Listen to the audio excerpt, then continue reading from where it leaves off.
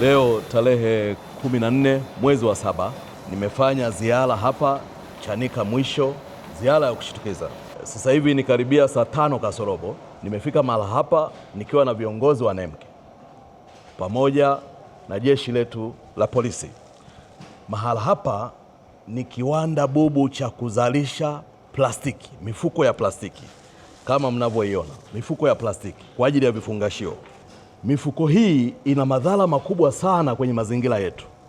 Plastiki hii mnayoiona, ili iharibike ukiitupa, ukishaitumia ukaitupa, inachukua zaidi ya miaka 500, kuanzia miaka 350 mpaka 500 hii kuharibika ikawa udongo. Kwa hii inaathiri sana mazingira. Mwaka 2018, 2019 tulipiga marufuku na tukatunga sheria, kanuni kutoka kwenye sheria yetu ya mazingira sura 191 kifungu kile cha 230 2F, tukakitungia kanuni, tukaweka katazo. Ni marufuku kwanza kuingiza plastiki ndani ya nchi, ni marufuku kusafirisha plastiki nje ya nchi, ni marufuku kuzalisha plastiki ndani ya nchi yetu. Na hapa ndicho wanachokifanya, wanazalisha mifuko hii ya plastiki. Na tukasema ni marufuku kusafirisha, ni marufuku kutunza, ni marufuku kuhifadhi, na ni marufuku kutumia plastiki ndani ya Tanzania. Isipokuwa tumetoa exemption kwa viwanda vichache, viwanda baadhi, kulingana na umuhimu wa shughuli wanavyofanya viwanda hivyo na shughuli za kiuchumi ambazo zinahitaji plastiki maalum. Sio hivi vifungashio. Zipo plastiki tumeruhusu zitengenezwe ambazo zinatumika kwenye kufungasha madawa, kwenye sekta ya madawa. Zipo plastiki ambazo tumeruhusu zitumike, ambazo zinatumika kwenye viwanda. Zipo plastiki zinatumika kwenye kilimo. Zipo plastiki zinatumika kwenye ujenzi. Na tumeweka masharti magumu kwa viwanda hivyo ambavyo tumevipa vibali vya kutengeneza plastiki hizi.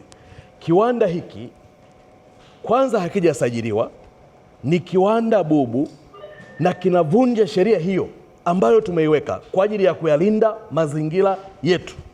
Naomba kutoa maelekezo yafuatayo. NEMC, afisa wa NEMC huko hapa? Kuanzia sasa mshirikiane na jeshi letu la polisi.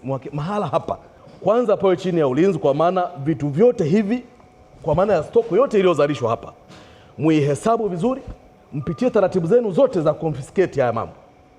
Hesabu vizuri, vidhibiti vyote vichukuliwe na mkavihifadhi kama ambavyo utaratibu mnavyotumia.